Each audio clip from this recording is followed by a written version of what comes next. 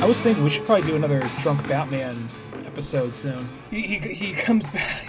He just used nickels because he went all the way to California to go to Nickel City in, like, San Jose. Yeah, he's like, oh, it's the biggest rip ever. Like, they said it's going to be all nickels for all entertainment. You know what I mean? Like, I expected to, like, put money into, like, reuse butt crack, and next thing you know, like, I'd be playing Street Fighter all day long on a nickel. Not the case, nickel the game, but still, I was there for 2 weeks. Like, what were you for the remaining, like, 4 months and 3 weeks after that? Like, what? What? Oh, shit! Is that calendar fucking accurate? Oh, my God!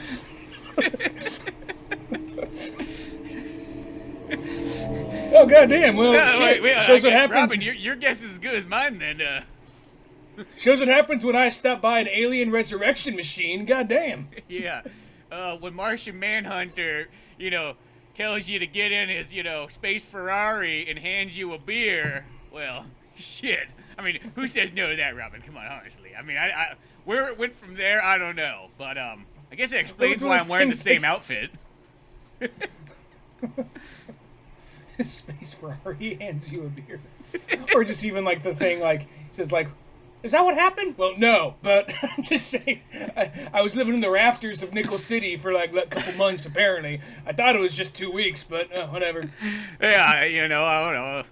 I was licking this toad off the carpet. Well, before, I'm going to stop you right here. I know that sounds weird, like, why are you licking toads off the carpets in San Jose, but, I believe there was a reason for that. That part that escapes me. I know I'm a man of science, but still, you gotta have just that much whimsy. You get that whimsy by licking toads. Yeah, exactly. You know what I mean? It's just that thing, It's like when you're bored on a Tuesday and it's, 11 a.m. It's just later in the episode you see a ribbit like, oh fuck, it found me! It's licking me now! Robin! You see like a toad in the back. I licked so many toads in Nickel City, now the toads can lick me and get high. They all come, he's just like, oh my god, there's fucking toads everywhere! They're trying to get into the fucking, like, building.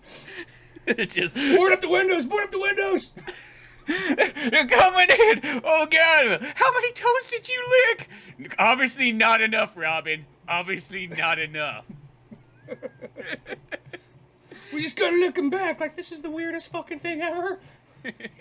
That's where the episode just You ends. think this roughly. is weird? I mean, come on. Remember, like, when Martian Manhunter hands you a beer and tells you to get a space Ferrari. You already fucking said that! Oh. I thought that'd be funnier the second time around. No, but that should be it. But, that's also, like, a good way to start a 500th episode. What do you say? Oh, we're actually recording that? Well, why not? Why not? Okay. Yeah. Well, no, we haven't had one of those fun, like, little intros, and I feel like it's 500 episodes. Who else out there has 500 fucking episodes? What, like Joe Rogan? Not even, I think Chris Jericho has fucking 500 episodes. Shit, Kevin Smith can't even get the 500 episodes because he keeps switching his podcasts. If he didn't do so many good, I mean, he's done like 2,000 plus episodes, but, consecutively in one show's run. Yeah, no, I was, well, plus at the same time, not to, like, open up 500 on complain about other podcasts, but Yeah. I'll say, I like Smodcasts more when it's, like, Kevin Smith and Scott Mosier. I mean, he's a good interviewer and all that. Oh, yeah. But I prefer when it's him and Scott Mosier. That's what I prefer Smodcast as, really. Well, I think that's kind of it. I think the second that Scott traveled to Europe, it was just like, they just never got enough episodes in. It was just kind of like, oh, okay, once in a blue moon they'll get one in, and then it is magical again, but the magic's kind of missed there, Speaking of magic, we're actually talking about magic movie tickets and all that, because we are covering the scripts, the original scripts for Last Action Hero. Yeah, we decided, we're like, you know what? We need kind of like, what be something, beyond just like a movie, beyond just like a comic or something like that. It's like, well, let's go with kind of like another kind of what if, could have happened script, the original draft. And it's like that Last Action Hero one, like I kind of heard about like in the like sort of the older special features, they talked about, they're like, oh yeah, the script was actually like way different. And I was like, Gotta look that up then. I mean, the script's way different, so I'm kind of interested. And realistically, I think actually, like right now, there actually is a new version of Last Action Hero that came out on 4K that does have an alternative ending. Like, I don't know what's in it, but it does have different footage that's never been on any of the Blu-rays or DVDs in the past. I doubt it's not this Yeah, script. I doubt it's not this After one. reading it. But going into, this is The Last Action Hero. This is the script from 1991 by Zach Penn and Adam Leff, you know. And this is almost like the before Arnold was assigned to it script, like that take. You could definitely tell that they had Arnold in mind. I mean, the original, like, the character isn't Jack Slater, it's Arno Slater. So you could obviously see who they had in mind, but they probably just had that just in case. Like, first off, like, okay, if we make it so they can't imagine anybody but Arnold, they'll really go out of their way to get Arnold. And on top of that, maybe if, like, you know, we can make it Jean-Claude Van Damme or someone else if we have to, just change a few in-jokes around. But reading it, first off, let me just on Last Action Hero in the first place, I'll say this. I actually had to rewatch the movie before reading the scripts because it's one of those movies. I do like the movie. It is a good movie. And I remember it being one of the first PG-13 movies I saw in theaters as a kid.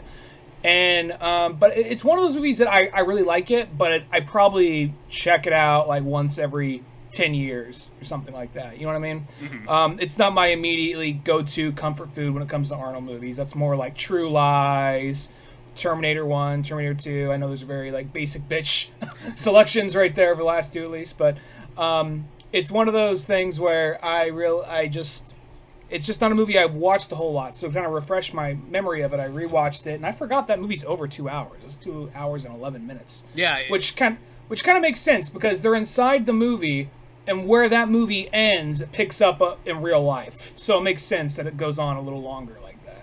Yeah. So reading this, I was like, okay. And without jumping too far ahead, I was going to say, before you even go in there, I guess I'll throw since we're going with The Last Action Hero. Because my thing is, like, Last Action Hero, that's the movie that got me into Arnold Schwarzenegger. I remember, like, I didn't get to see it when it came out in theaters, even though 1993 is such a magical year for, you know, you get Last Action Hero, you get Jurassic Park, you get Super Mario Brothers, you get a lot of good stuff that year. But, that was the movie I remember when it came out on Laserdisc. I had a buddy who had one of those, and watching it over there, and this just kind of like sold me into like the magic of Arnold. You know, the soundtrack was killer. It had AC/DC and Megadeth, and you know, Alice in Chains and Fishbone. There's so much stuff going on in there. Tesla, Buckethead. I mean, you go on for days. It's got like the best Anthrax song ever. So much great stuff there. Kind of put me into that like the Arnold Schwarzenegger like fandom of like, oh man, I got to see everything this guy does. And to this day and age, though, I will say this: Last Action Hero is just about probably in my like top 2 favorite Arnold Schwarzenegger movies. I'm really tossing back and forth between that and Total Recall. I like it that much. Yeah, no, I get why people say that. It's one of those things at the time, people hated it, but I think that was also a lot of people didn't really care for a lot of action movies at the time. Like maybe they sold to the box office, but a lot of people didn't really give a shit for like these one-liners, shoot 'em up kind of action movies. And this movie is not only that, but it's also a love letter at the same time, kind of jabbing those. And I'm not sure if I realized that immediately as a kid. I realized, okay, the kid, because going to see the movie, because my dad took me to the movie, and it's time to be a man, so we went to go see that. And it was... You're trying to force feed me a beer out in the hall? Yeah. Your mom's not here. Drink up. Here, finish this pack of cigarettes before we get in there, too. Your balls will drop by the time we get to the theater. I'm smoking right now, too, so you gotta finish the cigarettes for me. And on the way home, that 6-pack of beer ain't gonna finish itself, so have at it. I'll say going into the movie, I didn't realize it was going to have this whole kid angle thing. Maybe he didn't know that either, because he didn't like the movie. But I was like, oh, there's a kid in the movie. I knew who Arnold Schwarzenegger was. Like, oh, Terminator and Kindergarten Cop. Cool. And going to see the movie is like, oh, it's a kid watching the movie. Oh, the kid goes into the movie. And then, like, okay, so there's the rules. Like, he can't die because he's a good guy. He's in the movie. Like, okay, all right, that makes sense. But then there's the part that, like, there's all the little in-jokes that I didn't get at the time because I didn't see enough movies. So now knowing that and then seeing this script, and I can say this script, reading it, At the beginning, I was just kind of like, I just got done watching the movie.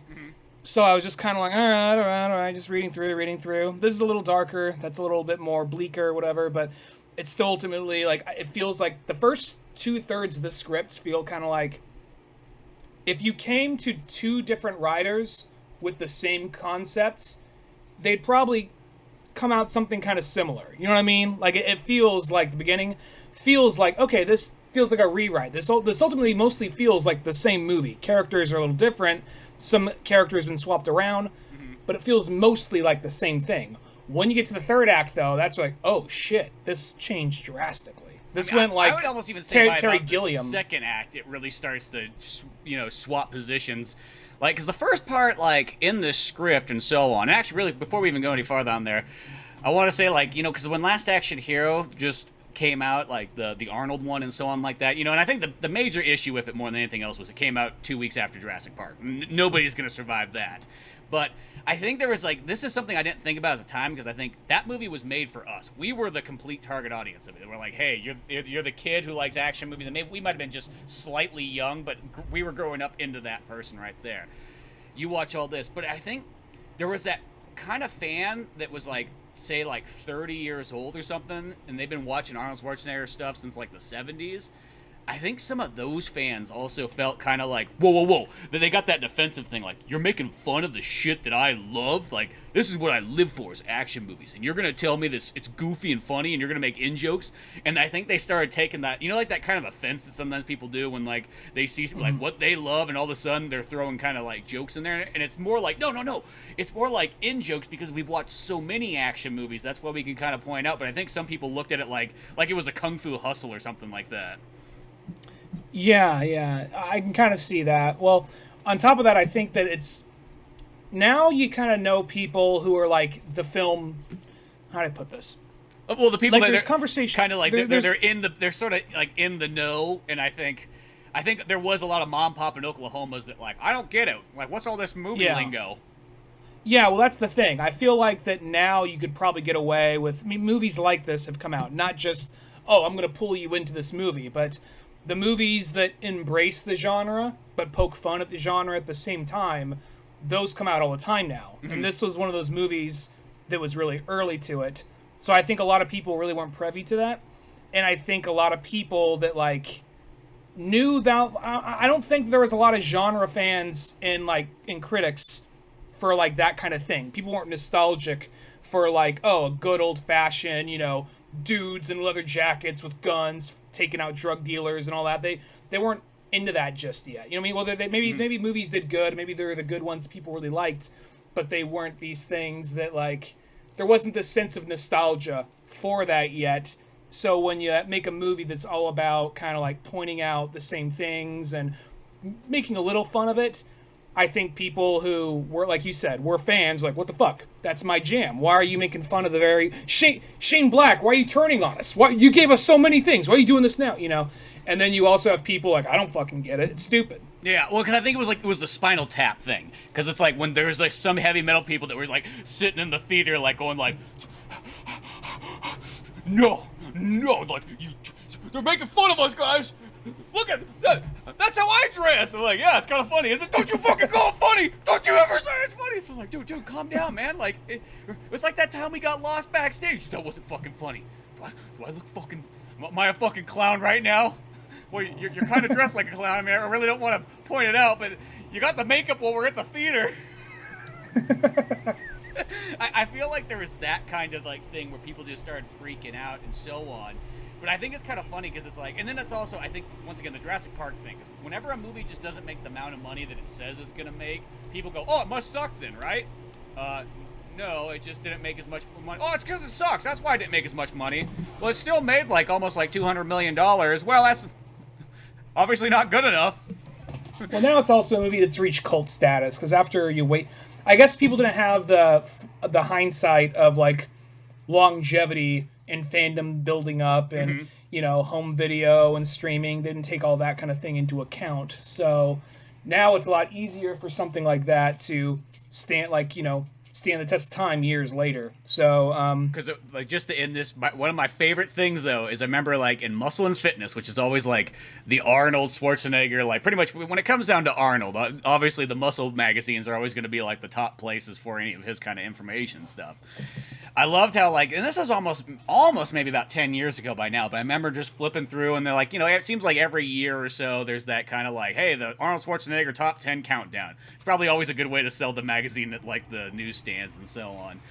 And I remember looking through the list and going, oh shit, Last Action Hero is number 3 on here now. And it was one of those moments where it's like, oh, have the tides. I mean, dude, like I want to say that like it outbeat like the big ones. Like it outbeat Predator. It outbeat, like, Commando. It outbeat, like, at least one of the Terminators. Probably Terminator 2, I would say, was probably in, like, that 1 or 2. And sometimes, because it's Muscle and Fitness, Stay Hungry lots of times has a lot higher slot than other things. But maybe Predator was up there, I'm not too sure. But just the idea of saying that, like, when I saw that, it's just, like, the Arnold fans have finally, like, turned around where this movie is now, like one of the top-tier Schwarzenegger films. And I think that's the generation gap difference almost.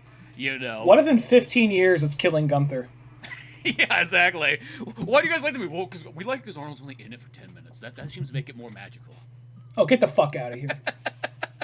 Yeah, you fucking Generation Z thinking they can come talk all they want. Why do you guys sound like you've been smoking cigarettes? Well, we're watching a bunch of Martin Scorsese movies. Sorry.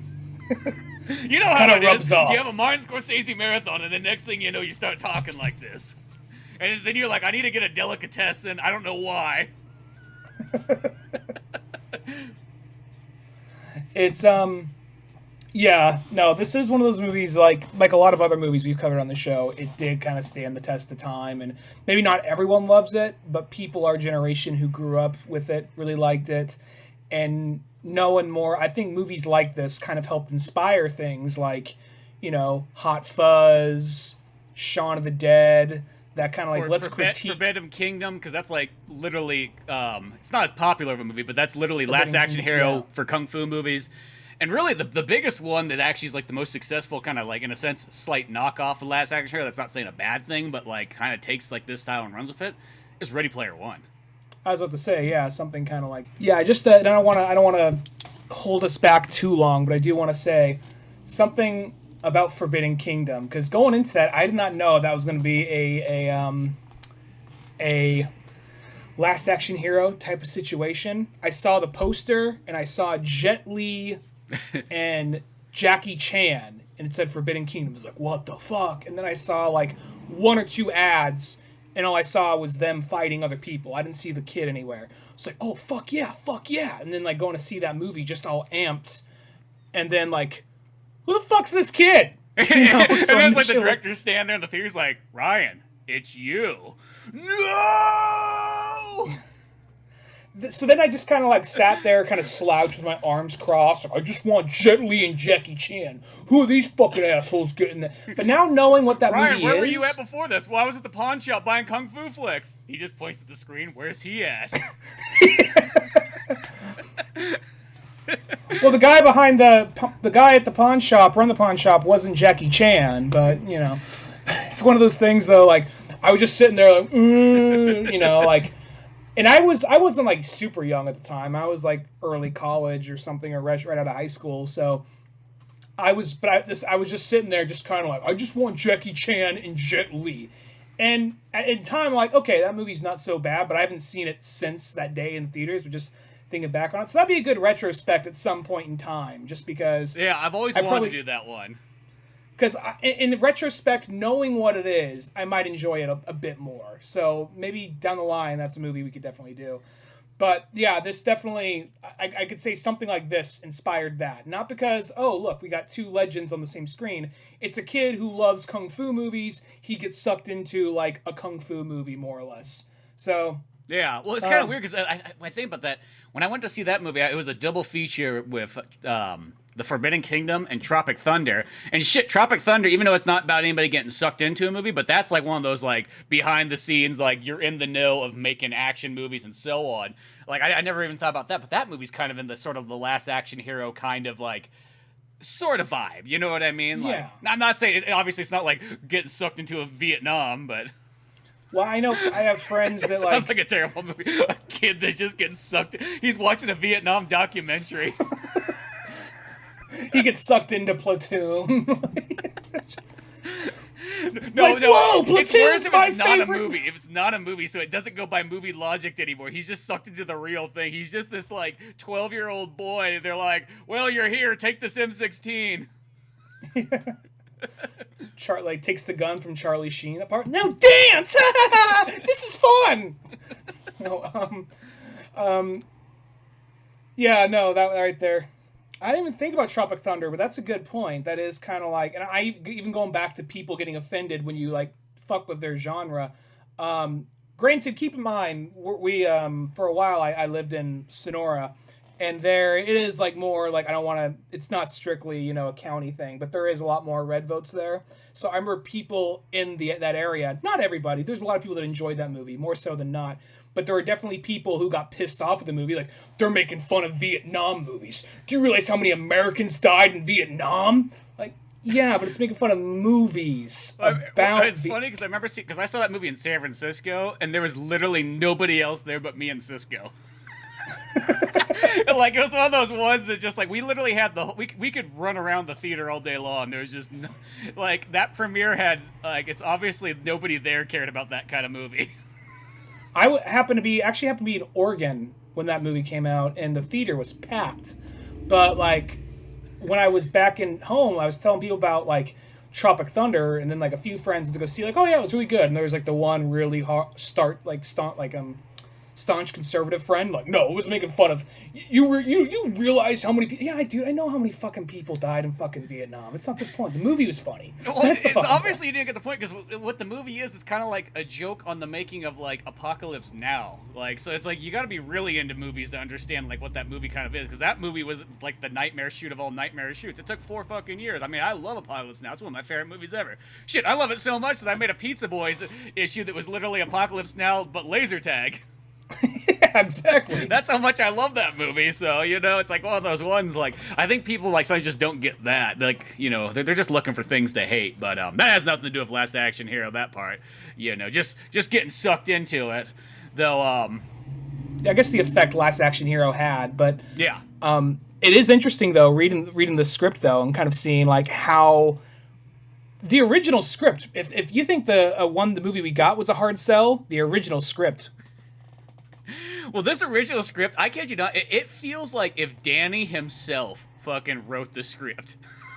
like this is one of those movies, like, these guys must have been like 17 years old, like, when they put this out. Like, and I'm not saying that's like necessarily a bad thing, but this feels like you and your buddies at the fucking tail end of high school sitting around watching a bunch of VHS copies of like Lethal Weapon in 48 Hours and Schwarzenegger and Stallone flicks, and going like, dude, you know what, man? Like, think about what if you got sucked into the movie? Like, that's how it sort of feels. Because so many of these shots, I mean, just the very beginning, it starts off and it's supposed to be like the Arno Slater trailer, which is kind of a little bit different, interesting way it goes about it. Like, instead of doing it where it's like the Jack Slater 3 they're watching at the beginning, instead this is like, hey, here's this new movie coming out, here's this trailer, and they're watching it, and it's just totally one of those ones like, he's going around a mall just blasting it up, there's like hot chicks everywhere and so on, they're blowing up glass and explosives. I mean, Arnold's sliding down like the escalator. Like, it just has all these, like, almost like it sounds like John Woo like action scenes in the beginning. That's what I picture this movie like, which were popular at the time. Yeah, well, this time period would have been like John Woo, because you were so into action movies that you went to China, because he hasn't done any American flicks yet.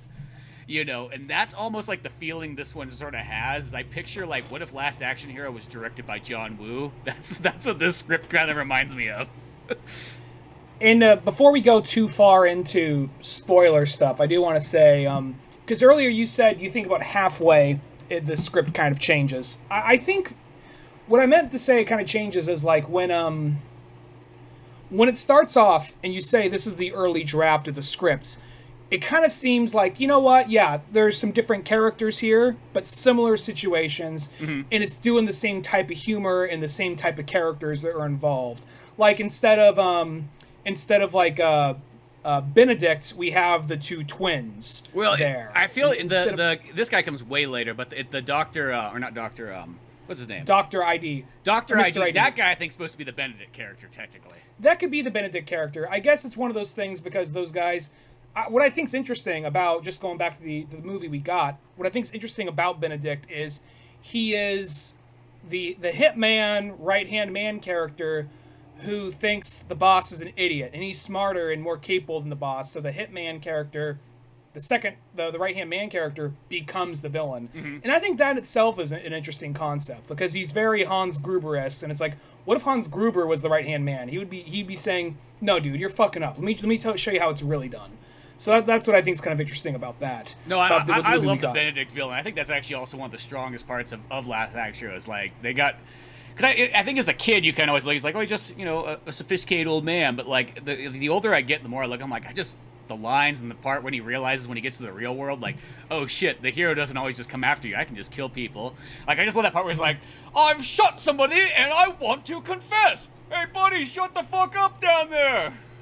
Yeah, like that part. Like he shoots somebody and the cops just aren't coming. He's like checking his watch. He's looking around, fires a few more times, nothing's happening. He's just kind of looking around. Like I love that's like one of my favorite parts in that entire movie. And so I think that but the characterization and those kind of things, like situations are different. But I feel like if you went to this team and you went to Sean Black and you said make a movie with this concept. It's like, okay, I can kind of see how this is an early draft. I can see how this thing got moved around, that thing got moved around, whatever.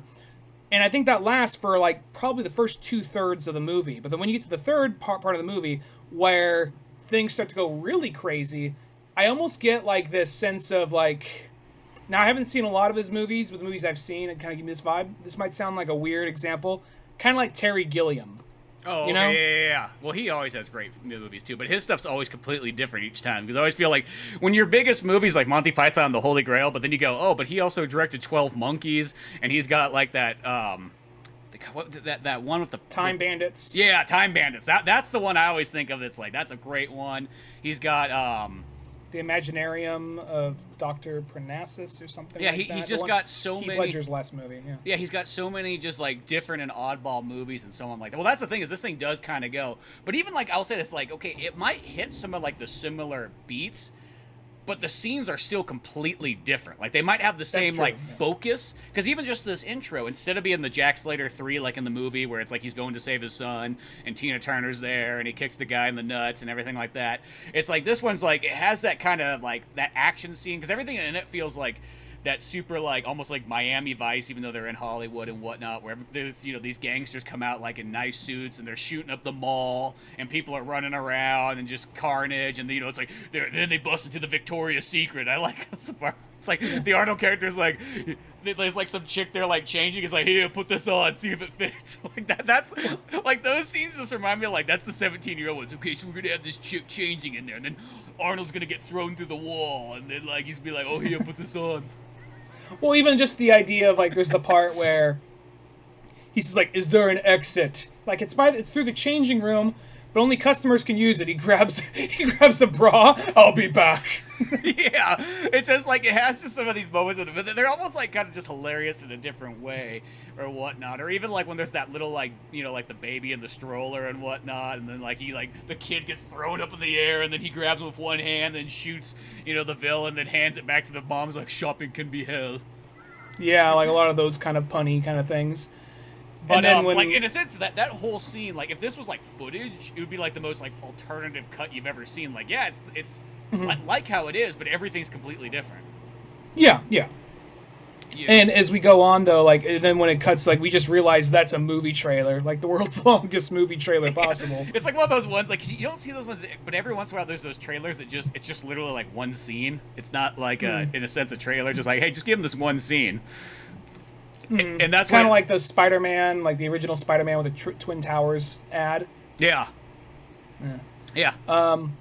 And then like when you cut to Danny and he's in the movie theater, which kind of seems similar at first, but instead of it being Nick, who's a kindly old man, he's like, there's like some creepy Satanist fucking projectionist who's like, here, here, kid, I just, you're my only customer. I might have to cancel the movie tonight. And then we kind of get an idea of how much they go out of their way to show his life is way more shitty in this movie. Like, he does get mugged, but by another kid. He doesn't have somebody break into his house and smack him around and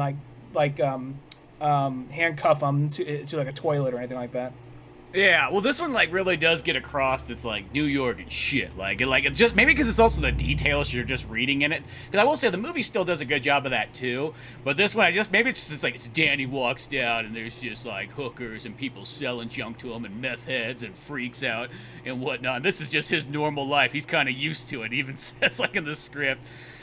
And yeah, the projection is almost kind of like, oh, it's this kid. It's like, well, whatever. He gets me cigarette money. I guess he can come back. And then when he gets basically, he goes to class. They have kind of like a similar version of the Hamlet scene. Things happen a little differently, but it's similar. And he cuts class to go to the arcade, and that's where like some bigger kid tries to mug him. And it's this long scene of this kid following him around. He tries to lose the kid in the alley and all that. Then he gets smacked around. That's when the projectionist comes in like, hey kid, come on, come back in here. Hey, do you want a gun? Well, I like before we even get all of that, because there's other scenes that happen way before there. But it's like I like us like he's like really focuses on Double Dragon. Like they really put an emphasis because this movie doesn't have like a whole lot of like, hey, let's reference this movie and this. But for some reason they're like, oh, he's playing Double Dragon. He's playing the shit out of Double Dragon. So much so he doesn't think any other games are that great compared to Double Dragon. Like it feels like they were trying to really get this like Double Dragon spot in here. You know the writer's favorite game. Yeah. And then even like the other thing too is before that like the rest of that stuff kind of happens, I guess when he goes home, like he doesn't have that same relationship with his mom. He has like the very like grunge rocky 90s kid. Like I picture like this Danny's got like a Nirvana t-shirt on as he's kind of coming in, because it's kind of like mom's like, oh hey Daniel, he's like, whatever, you look like you're having fun. Oh, no soda in the fridge, go into my room. But you said you'd be home before 11. Yeah, so you're failing that school. Kind of Dad didn't need school. Got him killed. That wasn't how your dad died. Yeah, well, why is he not here, Mom? Why isn't he putting soda in the fridge? Because he's dead. Yeah, I know that, Mom. School killed him. That's why I don't go to school. Gave him school cancer. That's not a thing, Danny. I don't know where you're getting this. You're probably getting it from lester, that creepy projectionist guy that you keep. That's like your only friend.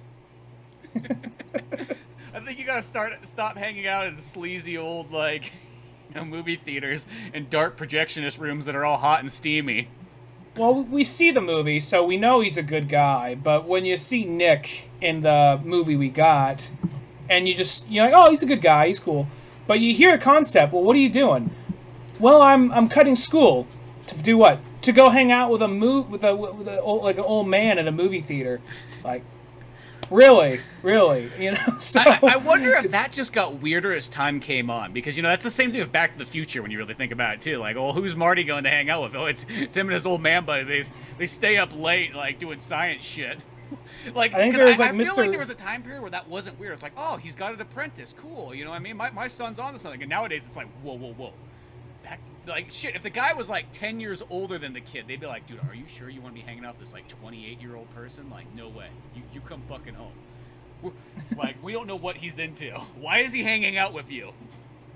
Well, there's also I think like back in I think the 80s and early 90s, there's I think Mr. Wizard's World or whatever, where it was like an old man who like, hey kids, come in my garage, let me show you some cool shit. And it was just like an old man, like in his fucking 70s, trying to show kids like, you want to see some fucking science? Here, let's drop some baking powder into the water and then drop this thing.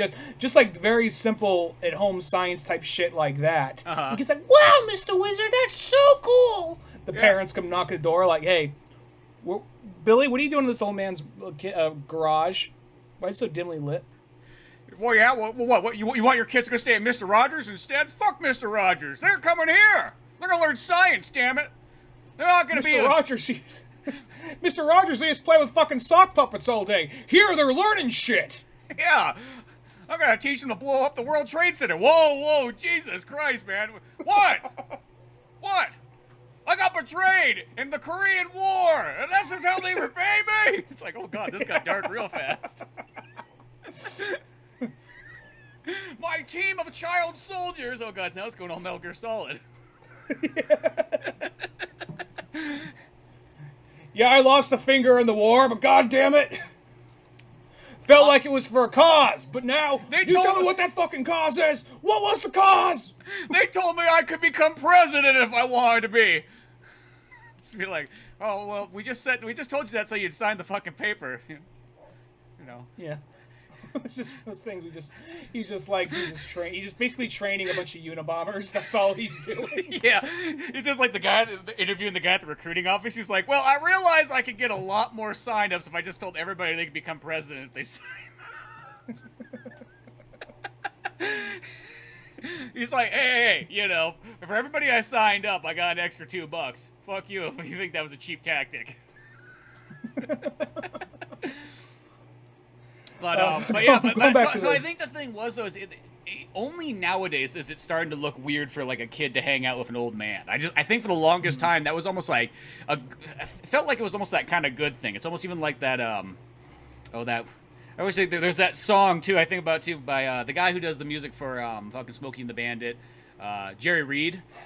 He's also in Smokey and the Bandit too, but there's a song he has where it's just like it's like one of those country songs where it has like a story. It's like, oh, there was this old man's house that I would go hang out with, and he would be sitting there strumming a guitar, and he didn't know how to read or write, but he was the best dang guitar player in all the world. And then go like, you know, playing on and whatnot, and it's just like even my dad said that was kind of weird that I would go hang out at this old man's house. Even the old man's like, what are you doing hanging out with me? I'm practically blind and everything like that. So I feel like there was a time period just hanging out with old people was just the end thing. I was just like, that's what my old man say. I don't. That's what my dad would say. I don't want you to go and hang out with that old man. Well, that's when I said, well, fuck you, Daddy. You're in a wheelchair. What you gonna do about it? And I just went on over. The chorus kicks back in. Yeah, he's like, I did my banjo solo and it was great, and we toured the world, me and the old man. He said he didn't need a payment except for one thing that would happen on a lonely night. I didn't know what that meant, but you know, I was young and naive, so I signed the contract. Got a couple platinum records on the wall, so fair price. Yeah. That was my crossroads. Yeah, exactly. But back to live action. But yeah, so it's like it's weird because like in this one like Danny, because technically in the movie it never mentions Dan. It's like you kind of assume that like, well, there is no dad there, and I guess that, you know, maybe Danny's looking for a father figure, like, you know what I mean? I guess that I never put that together as a kid. I read that like in like somebody else's kind of synopsis.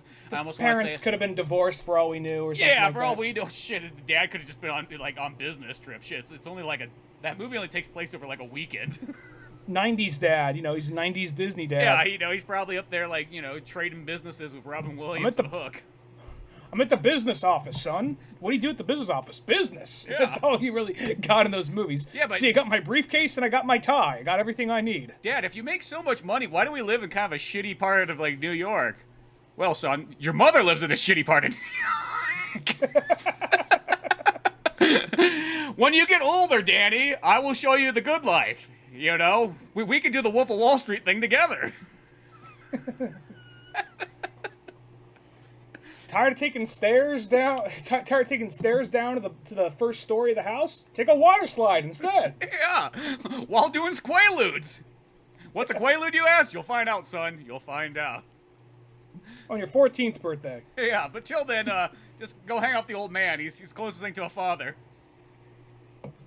So they go out of their way in this script. Like, he goes back to his home life is a lot more shittier, and plus he's like you're right. They get across the dad is dead, and the kid does not want to go to the graveyard, and the mom's just like, hey, you just want to spend some time there and just get this anger out. Like, no, well, he's already dead. He's in the ground. What am I going to do over there? Just look at a grave. What am I doing? You know? Yeah. And then from there, I think that's where somewhere along the line he goes back to the movie theater. I think after he gets mugged by the kid. Yeah, after he gets mugged and the old man like beats. I love this old man just like beats the shit out of this kid with a cane. And be like, yeah, Timmy, don't you fucking come around this neighborhood anymore. And that's where he gives them like, hey, so if anyone gives you some shit again, here's a weird little sci-fi gun. well, that's the part I love the most. Is like that scene right there. You would never be able to put that in a normal movie. Like, No. this old man's like, hey, Danny, you're 14 years old. You know what? You need to learn to be a man. Here's a gun. If anybody tries to mug you while you're playing Double Dragon again, you just shoot them in the fucking head. You like those action movies, right? Just point the gun and pull the trigger. If this did happen, this would have been one of the things they blamed. If this script came out as is, this is the things parents would have blamed for Columbine. Oh, well, this movie, it's like one of those ones, like, especially the way this movie goes down, it's like this one of those ones, like, you look at this script and you go, oh, there is no way you could make anything but, like, sort of like a B movie off of this, because... Tromaville or something. Oh, God, yeah, it would have to be, because it starts getting... with it, is the script is technically maybe, like, a hard PG-13. I don't think there's any F-bombs in it or anything like that, but it's the content that it's going with, and almost, like, the way that, like... Danny kind of goes to be like, nope, this is gonna set up... You thought that fucking Mortal Kombat and Night Trap were gonna be bad. Wait till you see the 1991 script, The Last Action Hero. Well, then, like, when he gets sucked into the world, like, 'cause, it's the same thing as the movie. It's the new Jack Slater movie, or in this case, Arno Slater. Well, and this one, what they call it? They call it, like, it's like totally... It's total violence, or it's like extreme violence. It's got extreme violence. It almost has like one of those names that you would see like if someone was putting together like a PSA on bad movies, like kids today go see these movies like extreme violence, and look how they turn out. Like it has like one of those. Like it doesn't even feel like that should be like what an action movie's title is, but yeah, and he gets once again kind of sucked into it right in the middle of a big action scene.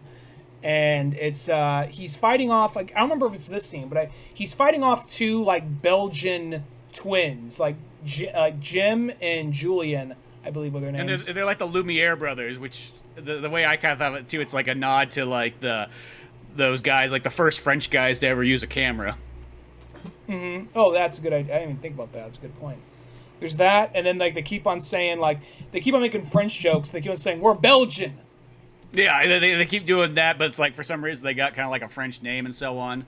The other thing that's really weird about this one, it's different from the movie, is Danny just gets sucked into the movie there's no magic ticket. Like that's almost like the biggest thing. It's like, oh, there's just. I assume the gun was that, or maybe the projection is put on some kind of spell or something. Well, I think as we go farther into it, that kind of comes up. But there's literally no magic ticket. There's just this thing where like Lester's all like, fucking kids again, there's a rip. Danny, you see that rip there in the screen? Yeah, I gotta get that fixed one of these days. That's why I can't really show that movie, but we could test screen it tonight. Don't worry about the rip.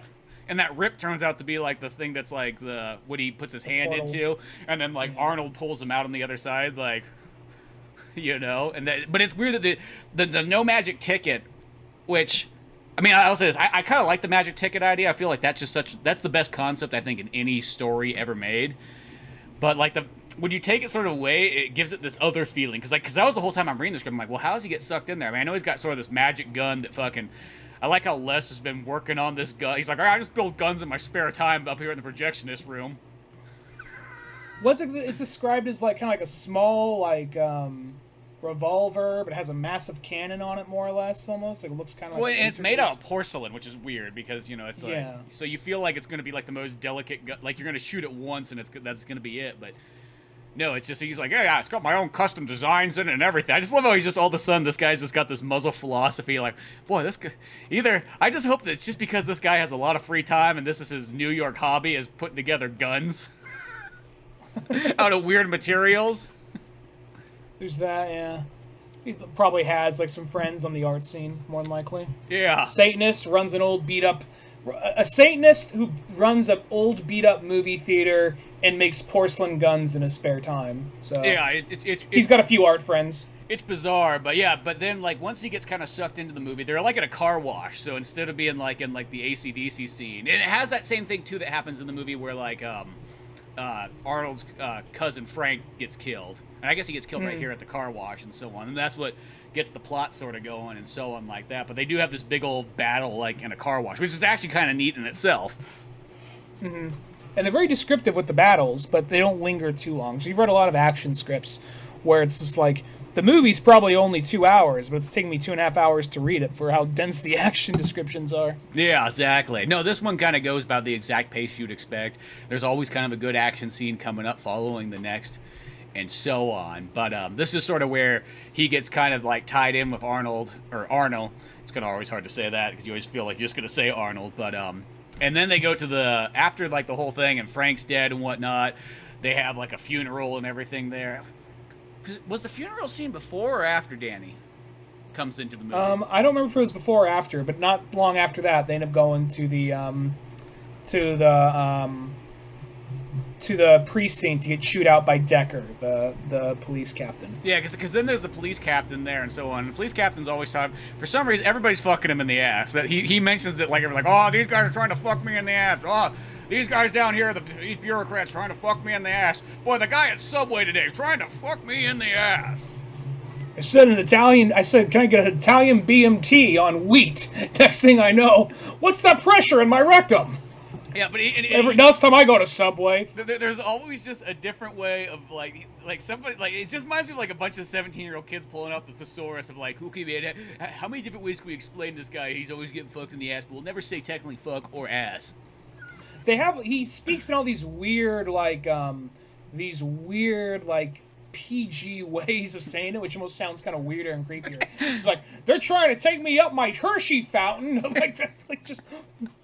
Yeah, it's like all the ways that. Well, that's the thing is because I feel like they were still trying to make this movie PG-13, and this script does feel like it's trying to be PG-13, but it also has that feeling of like kids putting together a PG-13 movie. So like they'll put stuff in there like, what, man, we didn't say fuck, like, what do you want? Like, yeah, but you gave a kid a fucking gun and he's shooting people the whole time. Like, well, it's not, I mean, when they get shot, it's not bloody, it's just like they explode, like, you know, bad guy explode. Like son, have you ever seen someone get shot? Well, yeah, I've seen a movie. Jeez, come on, man. Let me finish my fucking script. God, turns back to a typewriter. Yeah, shit. No, just like the weird ways he says it. Like, it's like they're trying to like wax my chocolate tunnel. Like just weird ass fucking things. Like, things you've heard nobody say. Maybe not that exactly, but something close to it. They're literally not far off. That could have been like another one in another draft. But he says it like all the time, every single time. Somebody's trying to get him. Somebody's trying to get me. Like, oh, they're trying to get me again. He's like the neighbor in Boondocks. He's just afraid someone's gonna fuck him. My booty is mine. My booty is mine. Yeah, exactly. No, that's this guy's fear and whatnot. So of course, like beyond that, I guess that's how it turns into like they're like, well, in the movie we're just gonna have him just yell really high teds, and he's actually gonna get some F-bombs off, but they're gonna go so fast that the rating board isn't gonna catch him. And then like from there. Don't they go to? I want to say they do the whole thing where he's like, "Well, you brought this kid was there. So the kid just showed up. Like, well, now the kid's wanted, so you're partnered with the kid. Where he goes, you go." And he's like, "You got to be kidding me!" And he's like, "Oh, that makes sense. This is a classic buddy cop sketch or whatever." And that's where Arnold's just like, "Fucking goddamn it!" Just, you know, he's just. Well, this is right where Danny starts doing like the movie like scenes where he starts thinking it out like a movie. Because I'll say this in the beginning, he doesn't really. He goes to the movies, but he's never sitting there like breaking them down, like because they don't really have like that good conversation between like him and the Nick character of like, oh, he's really in the movies. More just like, yeah, I show up to the movies because that's where like my dad's not at. Your dad's not anywhere. Yeah, well, he's not here either. Especially not at the movies. You know, and then all of a sudden it feels like once he's in the movie, then he starts going like, oh, well, this is the buddy cop scene. This is why they're doing this. They would never do this in real life, and so on like that. Yeah, the movie we ended up getting has a lot more of like, you could tell he's really into these movies. It's not just, oh, he happened to be at this movie once or twice. Like, I'll say that the movie that got made has a better job of showing that he's a movie fan from the get-go. Mm-hmm. But this one, as it goes on, shows a much better. I think shows better that like movies are an escape for him. Where it shows that in the movie, the actual movie that directed by John McTiernan, it shows that movies are an escape for him. But this one really nails it on the head and really tries to get it across that no, his life is even shittier here. Yeah, no, and this one totally is like, it just reminds me of like, it almost has like that punk rock kind of feel to it. Like I almost picture this movie also kind of feeling like sort of like Repo Man with Emilio Estevez, like almost like that kind of look. like where you just have this kind of weird and just like down and dirty, like, you know, not as much of kind of like a fun action world, but more just like, oh, it's kind of dangerous and, you know, a lot more, you know, darker and so on, even though it still has that PG-13 vibe at the same time, which is like the weird one. But when they're in the police precinct right now, they start having some of those like in the background. I notice they start doing the thing where like they have like the weird pair-ups. They're not like you're paired up with a cartoon cat today. They don't have any of that. It doesn't go that far, but it does have like one where like there's the guy off the K9 unit, you know, like the Jim Belushi sounding like fella, and here's, you know, the guy paired up with I think this is later on, but there's like a guy who's like paired up with like an Aztec warrior. Yeah, with like a headdress. Yeah, you know, so they kind of have a little bit like that kind of stuff. It's like it's there, but like not maybe as wacky, because I know like in Last Action Hero kind of does that thing where it does kind of, it can shoot up to being like ultra wacky and then kind of come back down to being realistic and so on. Like it's like it has these weird spikes here and there where it's like, huh, it's almost like a completely different movie. There's even a joke in here, like comes in later, but it feels like a joke that could have even been in the final product, which is where, oh yeah, like you have a bow and arrow set with explosive arrowheads. Like, oh yeah, I had a friend from Nam who went crazy and attacked a small town in Oregon, and he gave this to me.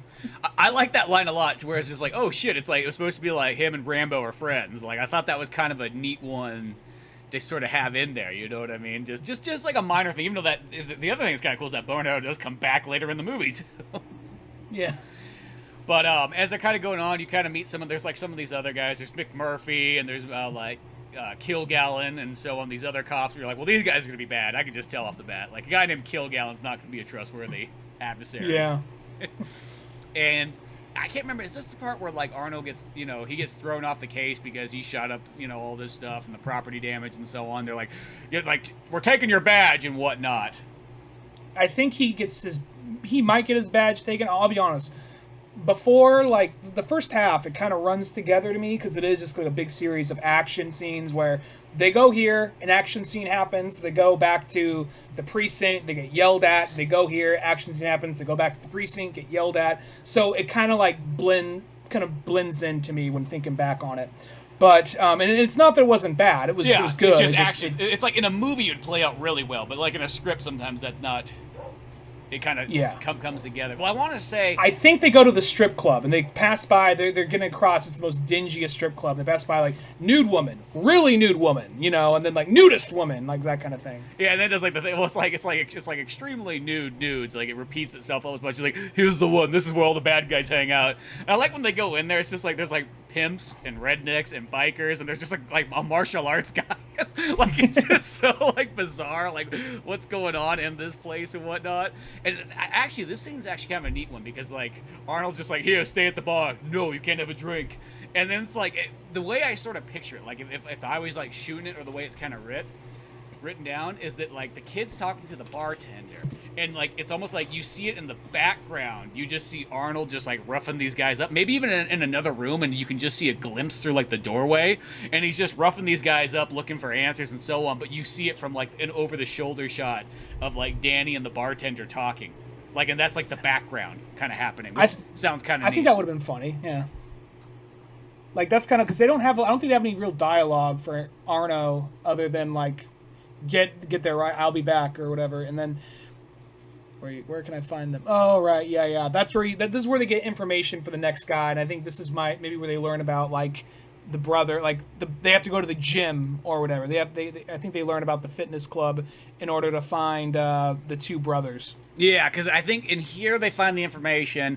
Because I almost want to say by this point, Decker took away the badge. Danny just said, I love how Danny just, like, because he also does these things that you could never imagine, like, a kid in a movie doing, be like, hey, Arnold, you know I know I only met you, like, an hour and a half ago, but give me your gun. I'm going to put this in my backpack. Believe me, this is what we got to do. Oh, okay. And then, like, when he goes in there, he's like, oh, yeah, they took away all my guns and my badge. See? Kid knows best.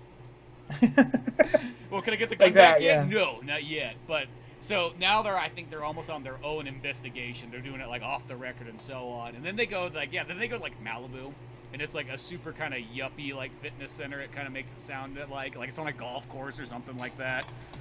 Well, before that, I think they go back to Arno's house where we meet the wife for a second, and he just like pries a bullet out of his like shoulder, no problem. He's like, "So your wife is cool with you just kind of coming in, getting all bloody, and then like leaving?" Like, yeah, she's fine with it. Yeah, and then she's like, "Oh, I'm going to work later and stuff." She's like, "You want me to clean your gun for you?" "Sure thing, honey." And it sounds kind of like the wife that's in this one kind of reminds me. It's supposed to be like Meredith. And like the daughter in the actual movie, That's Sonia. what I got, yeah. Like I feel like the way that she sort of acts and kind of takes care of him, it's like I feel like in the other one, it's more like, oh yeah, it's like his daughter sort of takes care of him and is like that in a sense.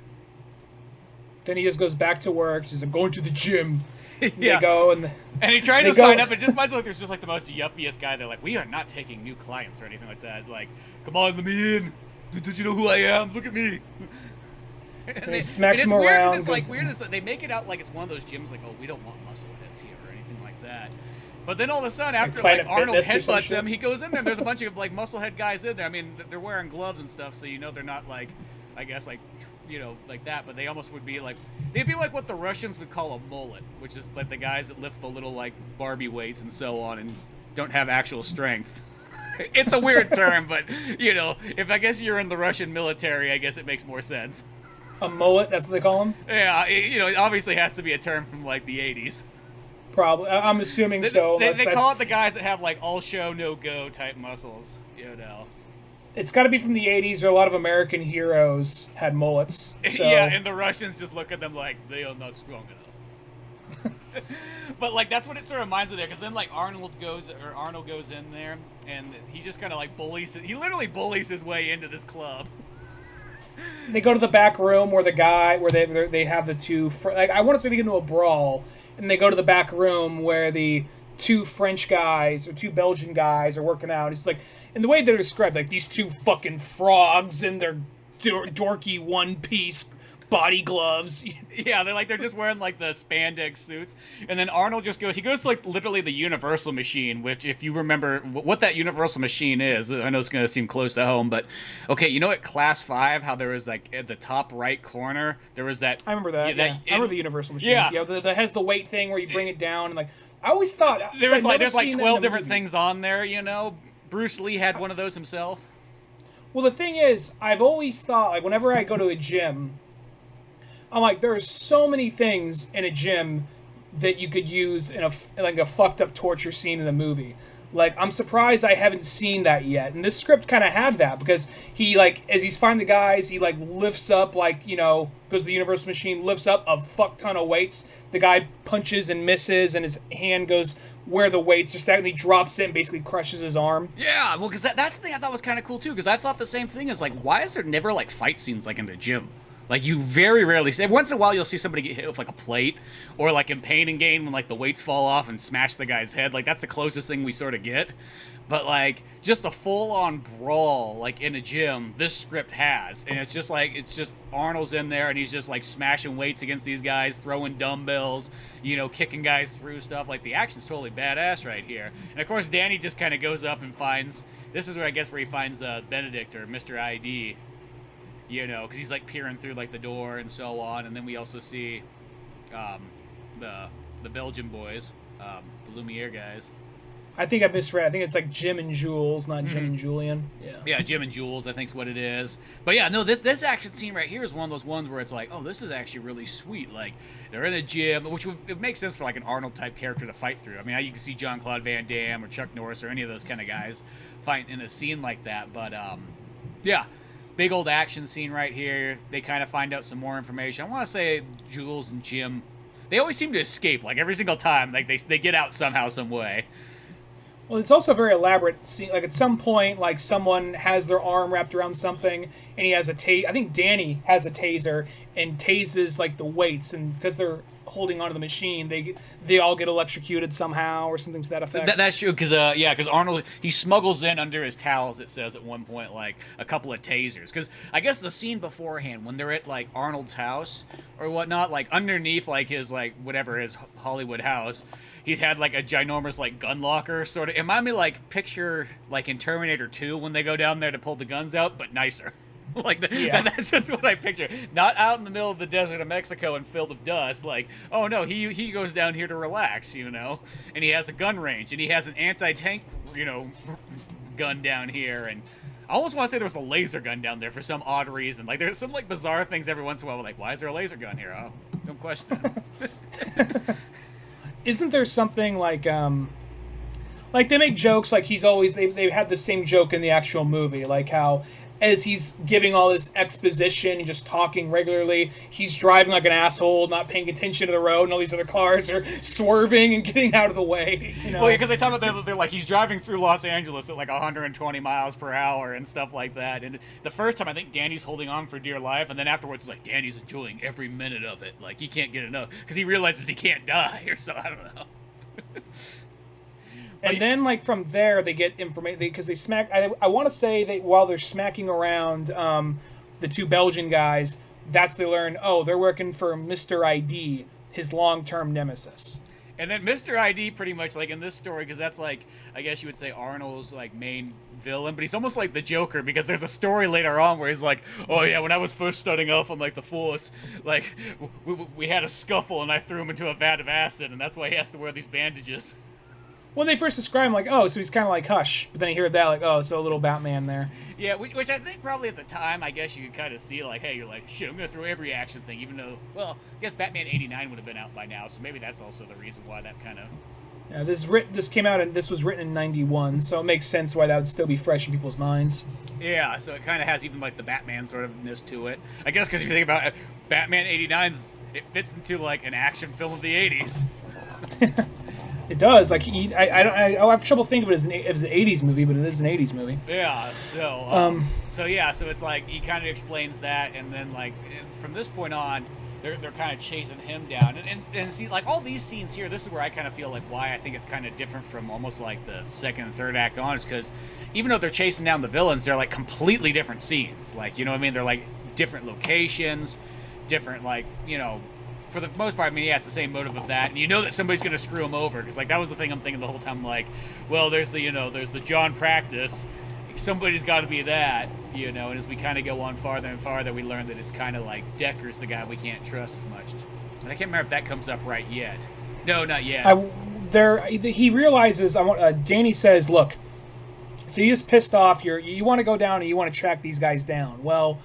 Think about what they're going to do. If we're going to be tracking them down eventually if we're going to be on the run for a minute, they're going to go after your wife and they're going to hold her as a hostage. It's like, you're right. They did that before, you know? So it's like, they're like, okay, so let's get the wife and then we're going to go hang out at a theme park because that's the last place they'll expect to find us. Oh, before that, there's actually the scene, I just want to say this, I thought this kind of interesting is the very first scene of the movie or the script here. Oh, right. The trailer, they get to the trailer part in here where like they're like, because I think when they say like, oh, we need to go get you, well, instead of following them, let's go get your wife first. And so that's where they go to the mall, and that because she's working at the jewelry store or something like that.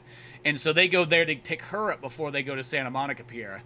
And they grab her there, and then the scene starts happening like it does in the trailer, but like there's things like, oh shit, Danny's like, I gotta fix this because I've kind of jacked some things up along the way that like, you know, because of the trailer, so it plays out like how it's supposed to. And there's the part where, because he uses his knowledge from the trailer to get him through that. Like, here, get some gum. We're gonna need some gum, you know, because at some point he used gum to like plug his ears and they'll hold something together. I think. Well, it's like something explodes. I can't really remember exactly how it does. I'm like. All I thought was like, wouldn't that gum be hard to get back out of yours? That's all. Yeah. No, but then there is like when they pick up the wife, she's reading like cop like wife cop like cop wife like monthly or something, like headline story like it was something to the effect of like. My man was suspended, so I took on the case. Something like that. Yeah, just like one of those like kind of goofy ones. And so, and I actually, the wife character actually is kind of funny how they kind of like have her in there because she still gets things done, but it's almost like she realizes it's like, yo, I always get captured. Like, what the fuck? Yeah, here we go. Cop Wife, the magazine for the woman behind the man, behind the badges. This cover story. My husband got suspended. Now I wear the badge. A cop wife story. Yeah, there's just all those kind of things there, but yeah, it's kind of interesting how it just kind of connects to the beginning part, like almost like you would think that beginning part had nothing to do with it, and it's like comes back around, and so on, and then yeah, it goes through the action scene of that all again. There's the kind of funny moments and so on, and then Danny's like, okay, instead of following them, let's go hang out at Santa Monica Pier. Like you've never done anything fun in your life before, because then it's like all of a sudden they're like out there. He's like, I really want to play Double Dragon. Yeah, had to get that in there. And like the wife, this is where the wife kind of starts to turn a little bit, because she's like, this is all lame, this is all stupid. Yeah, she's like, and video games fucking nerd. And then Arno's all like, I love the ice cream. This is amazing, I never had it before, you know. And he's just not used, because like he's always written to be in all these crazy action scenes. The first time he's doing something fun and wholesome, he's just like, this is nice, yeah. He's like, I didn't even know there was Santa Monica here. And they're like playing air hockey and so on, and video games, and just like hanging out and eating ice cream, and like literally Arnold's like dual fisting ice cream. And like at some point, like the wife leaves, and Arnie's like, oh, what's wrong with her? But he's more absurd. He's more concerned about the ice cream than he is his wife leaving or something. And then like they get word, like, okay, so here's, like Danny says, here's what we should do. We should hang out here at the pier where it's safe and friendly. We'll call a bunch of cops to get here for when the bad guys come to ambush us eventually or whatever. But then the bad guys do eventually come, and an action scene breaks out. And there's no cops. And what? And there's no cops.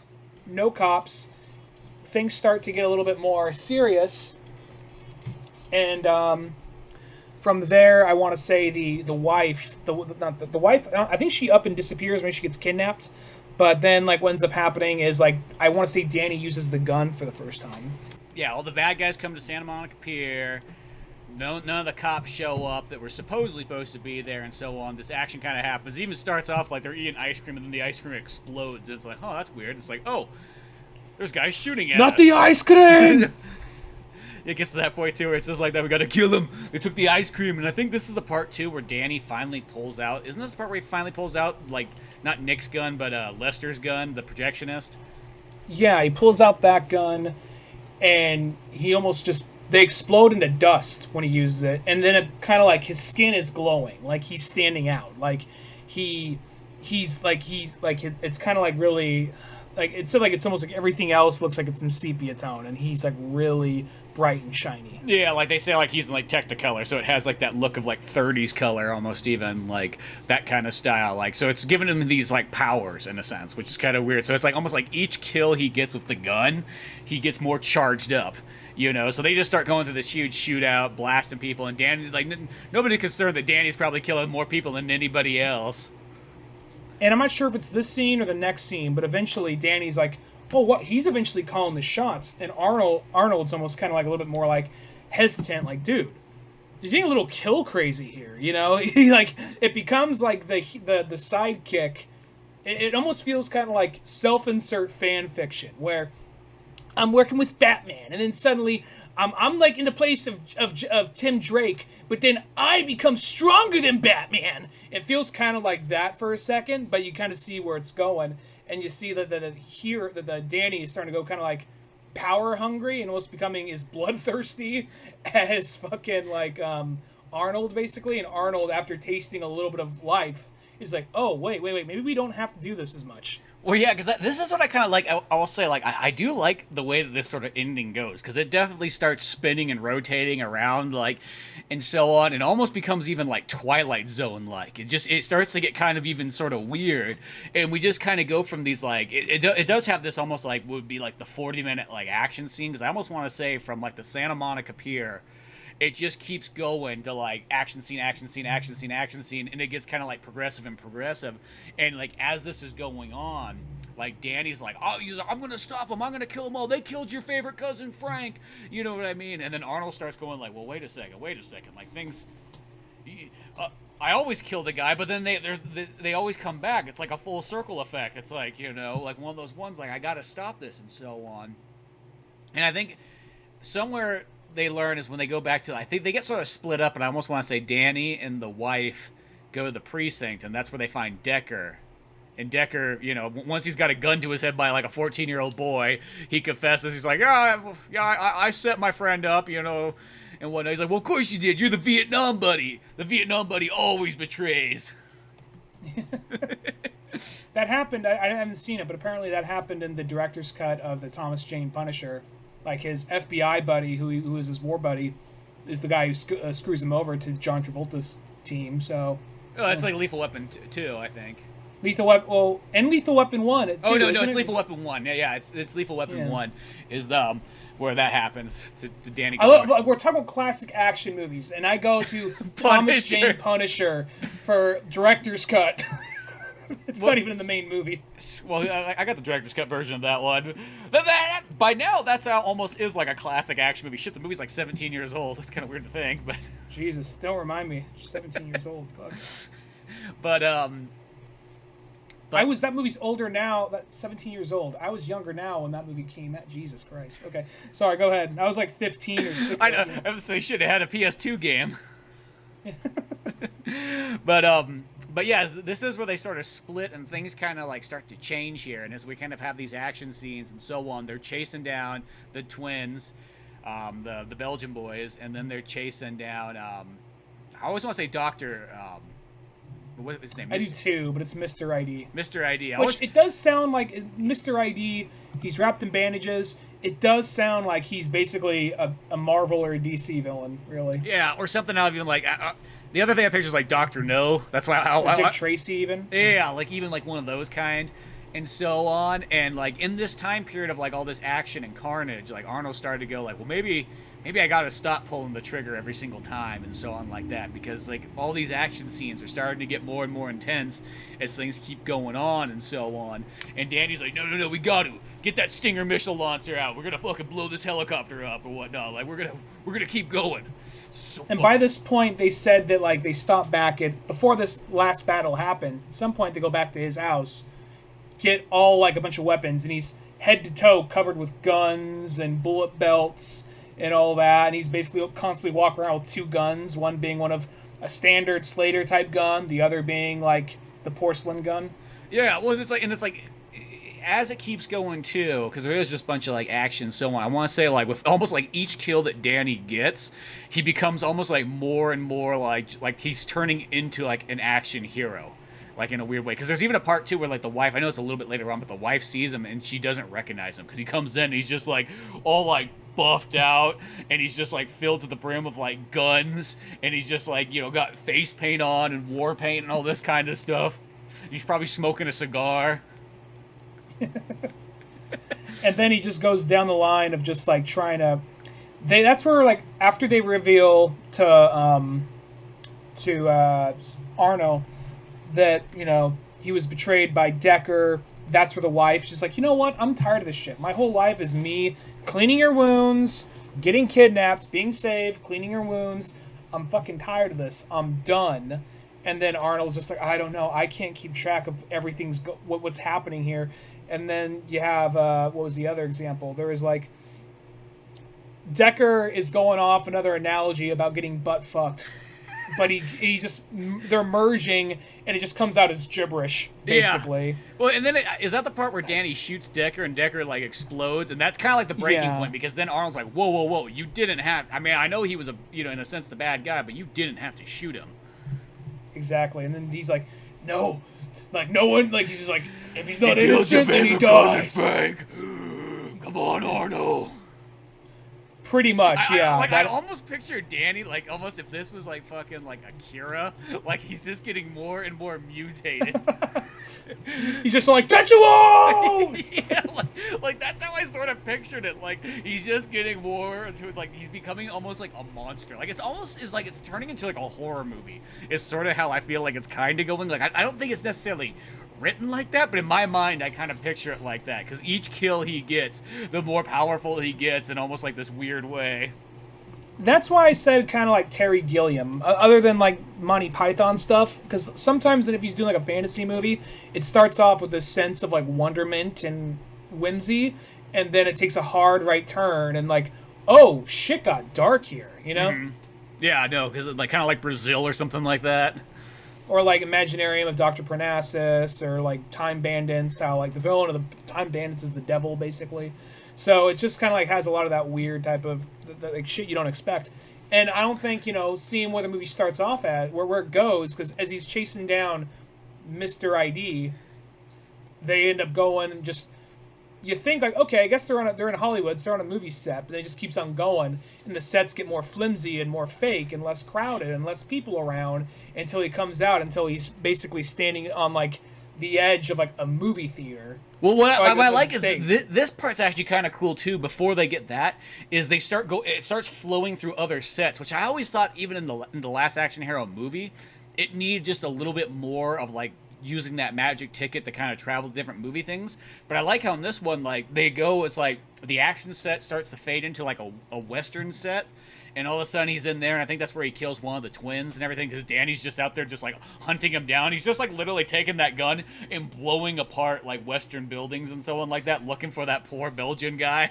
The guy's like, I didn't sign up for this. I expect a 14-year-old boy who's just more jacked than anybody is gonna come after me. And then, like, Arnold's character is chasing down Mr. ID, and he goes into, like, a horror movie set and so on like that. And it starts to become kind of... like, it doesn't go into super description, like, of, like, what exactly it's supposed to be, like the Western one sort of did, but it kind of reminded me, like, it's kind of merging into that as they're chasing them down, and then they're all gonna converge into, like, this movie theater that kind of looks like the New York movie theater, but it's not the New York movie theater. It's something kind of different at the same time, too. It's almost like they get to, like, the limbo state. This is where I feel like it gets very, like, Twilight Zone-y, and almost, like, and it becomes almost like they get to this, like, purgatory of, like, the movie in the real world. Yeah, very much so. Because it gets kind of like a horror film, kind of, for a minute there. We also forgot to mention, this is where the bad guy comes out, like Dr. or Mr. ID comes out and says, here is the reason I do it. I only sell drugs to make money, to get guns, to kill you. Yeah. Like, that doesn't, which it's kind of making fun of, like, the lack of logic in movies, but at the same time, it's kind of going off like, wait, so this means it's just an endless process. You're always going to... because I kill you, then somebody's going to get mad that I killed you, and they're going to come after me. And if you watch a movie, the logic can be fine. But if you, like... I guess if you're in a world where this always has to happen, if you peel the page back a little bit, that's where the logic doesn't happen. It just happens because you need a bad guy to fight. Well, yeah, I felt like that became like the writer's insight part, because it's like, okay, how do we get the bad guy to fight the good guy? You know what I mean? And it's like there was like this spiral, but then you kind of realize that like that spiral never ends. You know, it just continuously keeps going around and around and around. And like this villain has realized that in this world, that like that's what it is. It's like I'm only getting the drugs and selling the drugs to get the weapons so I can kill you. It has nothing to do with anything else. And then it's kind of interesting because Arnold's like, well, shit. He's like, this is causing destruction, like literally just because I am here and I exist and I fight crime, which I thought was always the good thing to do. I actually create all these other problems that like all these innocents die, all these problems are going on, this terror, you know, it's almost that weird thing of like that Batman theory, which I don't know, I'm always kind of a little bit mixed about, but like that one where it's like, if Batman wasn't there, would there be less crime in Gotham? I think crime would still be a thing. Yeah, he happened. He's there because like he became Batman because there was crime in the first place. Yeah. So that's how I always kind of look at it. But it has that sort of feeling. Or it's like I even like too, because then the police officer sort of explains too, like Decker and stuff. I guess before he gets vaporized, he explains. He's like, well, here's the reason why I decided to put an end to Arno. He's like, this guy blows places up left and right. It costs the taxpayers tons of money. People are always getting hurt. I always have to kind of go there and fix the issues over and over, and they never seem to stop. Somebody's always trying to fuck me in the ass. You know, did I tell you about that? But it was almost kind of like the interesting thing is like he's like, yo, the reason why I'm turning him in a sense is because he actually causes more problems than anything else. And I feel like this like Twilight Zone-y part where we start to like mesh these things all together, from like the writing room to the real world to like the movie world and so on. When it comes down, that's actually kind of neat. Like I'll say this, this in the script, that's way too complex for the average audience. There's no way you're going to sell a major movie for this. That's like a comic book idea in a sense, where you can sell it to somebody, you can sell it to a small group, to a niche audience that would totally get it. But like it's very cool though. I like it. And then so after we get that whole spiel, and Danny is chasing ID out. ID removes the bandages, and it's presented to be Lester, the projectionist. Yeah, which is it's like, oh, what the fuck? And they have this, not really a fight in the auditorium, but he's basically on, like, I guess the second balcony or top floor. His eyes turn red, the balcony starts to fall apart, and it's like the projection glows coming out of him almost. And he's basically saying, like, you have to, like, come on, kill me, and basically he would take the place, more or less, of Slater, but he doesn't. That's where I want to say, that's where Slater comes staggering out, barely alive, says, don't do it, you'll just take my place, and if you kill him, someone's going to come after you, just because the story demands it, so just get out of here. And he does that. I want to say he kind of wakes up in, like, the movie theater and just gets out of there. Well, because it's like he's fighting this thing. It's like if you pull the trigger, that literally will create an endless cycle that we can't escape. It's like this vortex is there. But then it's like a timely thing. So it feels like the projectionist, he keeps glowing more and more and more. It's almost like if Danny doesn't shoot him, he's going to just disappear. And it's almost sort of what happens. It's like it fades to like maybe white and he disappears. And Danny wakes up. And it's like he wakes up in like the movie theater. Right next to a homeless guy who's jerking off or something. Just like... Yeah, I liked the movie. Did you think it was good? Yeah. What movie? And that's where it suddenly gets, because that part's all kind of heavy, but that's where it suddenly stops and gets a little heavy. Because I'm reading this, I'm like, geez, there's only like 4 pages left. How are they wrapping this shit up? And well, the movie ends like very like, I mean, like it has like the bittersweet, I guess you would say, ending, but like it has like what you would never see this in a normal action movie. Yeah, and then he basically, we cut to Danny finally at his father's grave site. He's there, and then he basically kind of walks away and breaks down. It goes into detail. He's like dry sobbing, breaking down. And that's where the mom's there and kind of holds him. And then we cut back to the movie theater, and Slater is fine and in good shape and crawling out of there, and he has, like, his gun. There's a couple times go to the way to describe his blue Beretta gun with a laser pointer. It's like his most prized possession, and he drops it in the trash and just kind of goes out into the street looking happy. Yeah, which I actually kind of like that ending in a sense. Like, it seems like that could be, like, one that would almost, like, piss off the 10-year-old fan. But, like, I felt like the idea that's just like, oh, like, that cycle finally has been broken, and now Arnold is left in the real world of New York, and he's going to go almost live a life that's not controlled by, in a sense, the writer's destiny, and he doesn't need his gun anymore. So he goes off, where Danny accepts that, like, his father's dead finally, and I don't know what that means for him, but, you know... Yeah, like, it's almost like the ending is so interesting and different that, like, I don't know, it's pretty darn cool. Like, I'll say this, like, I like the Arnold Schwarzenegger last action hero movie we got probably more still. I'm not saying that, but this one's just very interesting. Like, at the same time, like, I think this, like, the stuff that kind of happens in here, like, there's some cool ideas, whether they were used in something else, I don't know, it'd be kind of neat to see.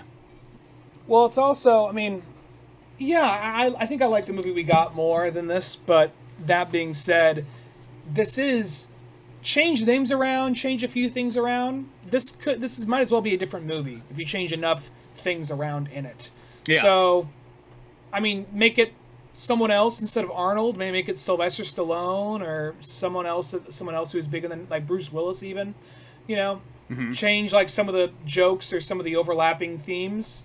I know, but I mean, it's hard to get away from the general theme of the last action hero. You get sucked into the movie. Yeah. But just that idea of the whole concept of facing off, like, I don't know, I guess like the projectionist was a demon or something. Like, I honestly think if this is the version we got, this would be one of those movies that was really debated on like small little like context hints and clues. Like, well, what was Lester? Was he a demon worshiper? Was he the devil? Was there something else going on here? Are they saying the film industry's the devil? That kind of thing, you know? Mm-hmm. So it's kind of like, I kind of wonder about that. And on top of that, this movie, because the writers said they wanted to make a movie that's kind of a parody to Shane Black.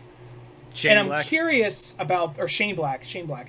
And I'm kind of curious about that. Like, I wonder if, like, I'm assuming they're Shane Black fans, because, you know, this movie still, the script still seems to have a love letter for a lot of that kind of thing, but it doesn't seem like strictly a Shane Black thing. Because Shane Black movies aren't always like a dude with 2 guns running down a hallway taking out 80 guys by himself. I mean, that could happen in a few scripts here and there, but it's a lot of times more cold, hard-boiled, grizzled cops or detectives. They're like end of the rope, more or less. Well, it's kind of weird because it's like, you know, at this time period, Shane Black, the only things he's really done is the Lethal Weapons, like his big movies at this point. Like, I'm trying to think of like, I know there's a couple other ones. I mean, obviously he's in Predator and so on, but it's not like, because I feel like as time has gone on, like that's where he starts creating like the other movies, like The Last Boy Scout, and he starts doing his director Kiss, movies. Bang Bang. Yeah, like, which I feel those are or they're not completely different, but those have their own style to it of like the certain type of action movies that you didn't see in like his 80s movies.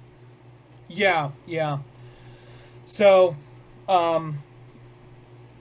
yeah, I'm wondering, because I remember like reading some stuff on this, trying to get as much information as I can, and some people, like, it's interesting about Last Action Hero, because, like we were talking, there are people who really love Last Action Hero, and there are people who really dislike it, and there are those who, I was looking up, there wasn't a whole lot to find on it, but I looked up some YouTube videos, and like the guy barely talked about what happened in the script. He's like, the script was actually really good. It was a really good script. And they got the movie, and the movie fucking sucked, and blah, blah, blah, blah.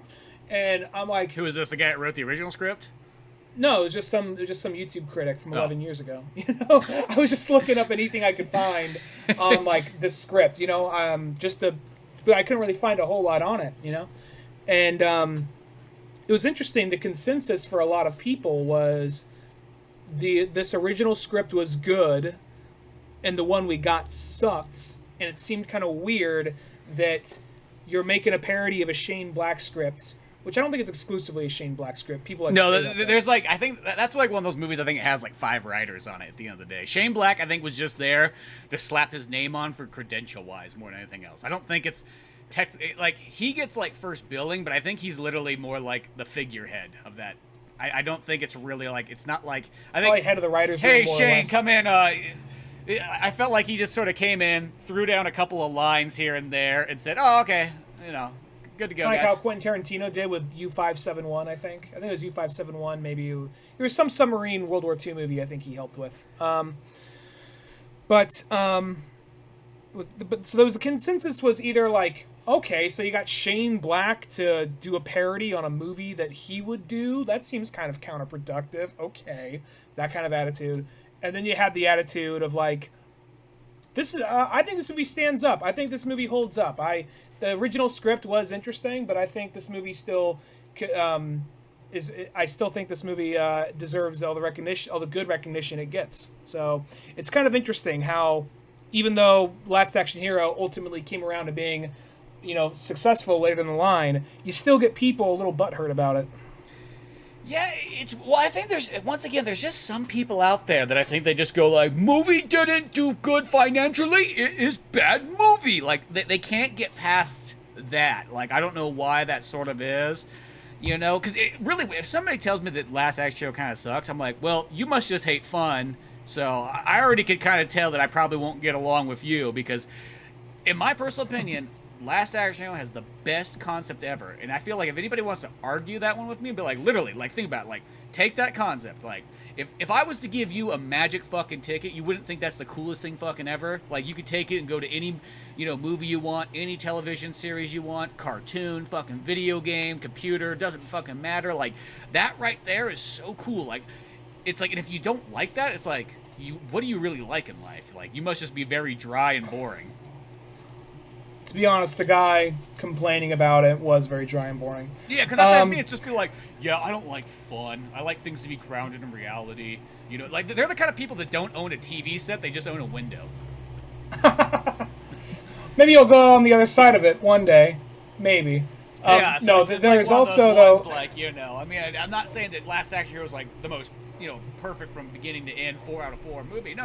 I mean, like, it's still got a little bit of bumps here and there, but I think that movie's fun as fuck. The concept's great. I think Arnold's just really dialed in there, and so on. The soundtrack's, like, beyond amazing. I mean, unless you don't like heavy metal. And, you know, all kinds Which of I'll say, I wish more movies like, not so much the let's jump into this other world, but more action, dudes with guns movies had more of the soundtrack this movie does. I don't feel like a lot of them do. They might have one or two they play for the credits, or maybe it's on the radio in a scene.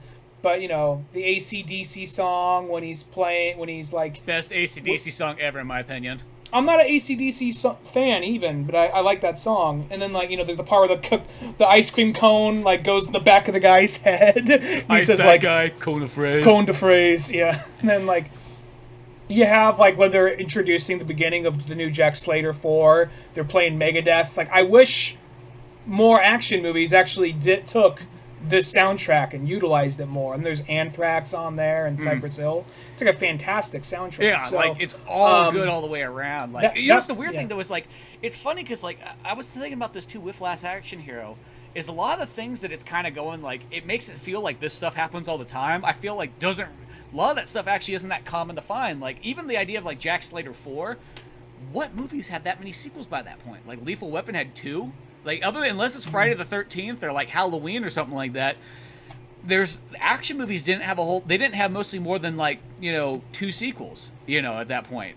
You know, like, the only thing I can think of also would be, like, what, Star Wars or Indiana Jones? Like, they have 3. I guess Rambo's your one exception, I guess maybe, Rambo but... by that point would have had the third one would have been out. So, yeah, that would have been, like, the one that did have 3. And Rocky, even though I know that's not really the same thing, but I guess that would have been kind of in that similar category. But I guess it's one of those things they wanted to make it a particular character with a lot of history so it's like the kid kind of knew him, sort of. Yeah. I mean, I get where that's going, but, like, it's just weird because it's like, yeah, it's just, it felt like the thing, because, you know, nowadays is when we live in the age of, like, continuous sequels, but that wasn't common back then.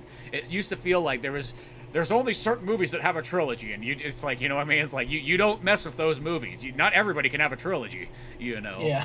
And nowadays, then, anybody and everybody can have a trilogy as long as someone's willing to pay for it. There was an example I was going to make for something. Whatever. It escaped me. No big deal. But, I don't know. I think that this script is really enjoyable.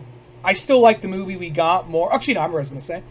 I do think that's a missed opportunity, not for the first movie. Maybe for the first movie, somebody pops in, or they interact with this, interact with that. Now, this might be a little too Ready Player One for the time. I honestly think it would have been cool if a sequel, if we ended up, like, he encounters a couple of different other movie villains. Maybe not to the level of it being blatantly, okay, he's going to go inside Alien. He's going to go inside, you know, like Friday the 13th. He's going to go inside Star Wars. Nothing as blatant as that, but maybe, he's genre hopping with Danny by accident somehow. And then maybe at some point there's is kind of like a team of villains, like, and maybe make it like kind of like villains from like dad action movies. So you get like, you know, Alan Rickman as Hans Gruber, Lee Van Cleef from Good, Bad, and the Ugly, something kind of like that. Maybe even like the sensei from Karate Kid, Sweep the Leg Johnny, that guy, you know. So yeah, I think that there's a missed opportunity for a sequel there, but. I mean, the movie didn't make as much money at the time, so the reason why that probably never happened. Well, even as a kid, I'll say this. Because that's the only thing about The Last Action Hero, is I always thought that the very, like, last kind of ending act is not as strong as it could be. Because I could be like an 8-year-old boy, and I'd be like, you know, you got a magic ticket there. Why is like the only movie that they go into is like the Ingmar Bergman movie that's like, you're going to pull like the only film that like no fucking like kid has seen.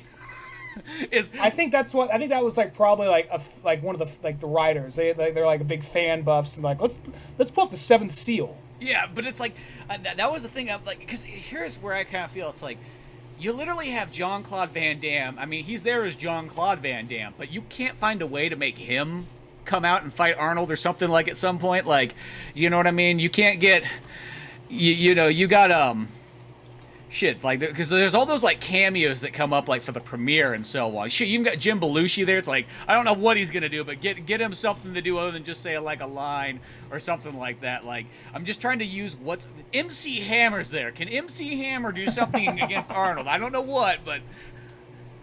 Well, it's also, like, I was thinking, it doesn't even have to be exactly this character or that character, but you can tell he stopped by...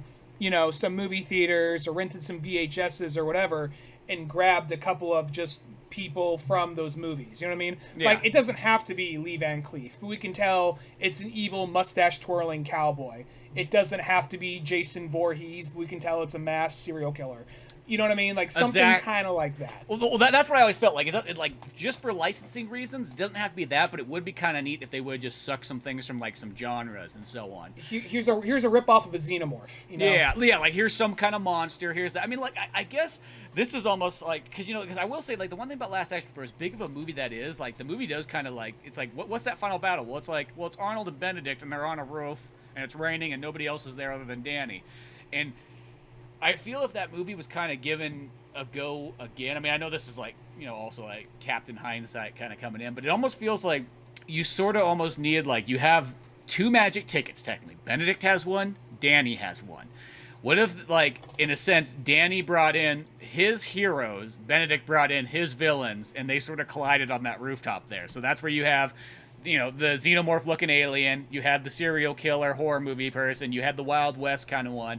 Then on Danny's side, maybe he had, like, the Rambo-esque kind of, like, Nom guy. He had maybe a Bruce Lee-like guy. Yeah, a martial arts type person, and so on. Maybe only 2 or 3 on each one, but then you had this, like, where it looked like the beginning of, like, the X-Men cartoon of them running together, fighting each other. Like, I feel like, I mean, I know that's asking more, because, like, obviously nowadays, like, they kind of that. I mean, that's what Ready Player One is. That's, like, the ending of that. They took that concept and said, okay, we'll do it, Yeah. But I feel like you have it almost kind of set up, and I know that movie was one of those ones, I think they're like, shit, this movie's costing a lot of fucking money. Arnold, wrap this shit up. Like, you know what I mean? It was like a Nintendo Power comic where it's kind of going along, and it probably needed 4 pages left. Yeah, 4 pages left. Figure out how you defeat Benedict, you know what I mean? Like, I feel like it needed sort of like an extended cut. Like, I know the movie's already like 2 hours and like 15 minutes or so. It almost needs like an extra like 15 minutes just to make that ending seem a little bit more epic for how big that movie is. That movie's humongous. And then all of a sudden the ending's kind of like, I'm not going to say lackluster, but it does definitely it almost becomes almost like it's like the ending to like a Death Wish movie or something like that. I guess you could say, from a writer's perspective, it's the whole, he's winning where he's failed, because it's written that his son was killed by this guy. So here's a second chance to not save his son, but basically his new, like, adopted son, kind of, Yeah, I get it's kind of that father-son moment, but this is the other example I'm going to use. Okay, the next movie Arnold does is True Lies.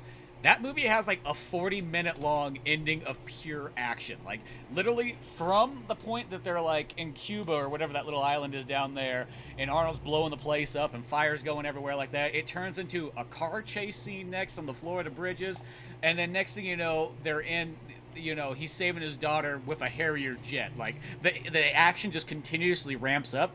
I feel Last Action Hero, that's like the one little, it sounds little, I mean, all the producers are like, whoa, you're talking about millions of fucking dollars, don't you fucking use the word little, but I mean, like, that's like the one thing I felt like that movie, even as a kid, always kind of needed, was just that, like, ramp up that action, just so that, because in a sense, if it's a movie called Last Action Hero, you almost need, like, the action ending to end all action endings, And True Lies, technically, I'll say this, that does it right. That movie almost could be called Last Action Hero in a weird way, because that's sort of like what it kind of is as well.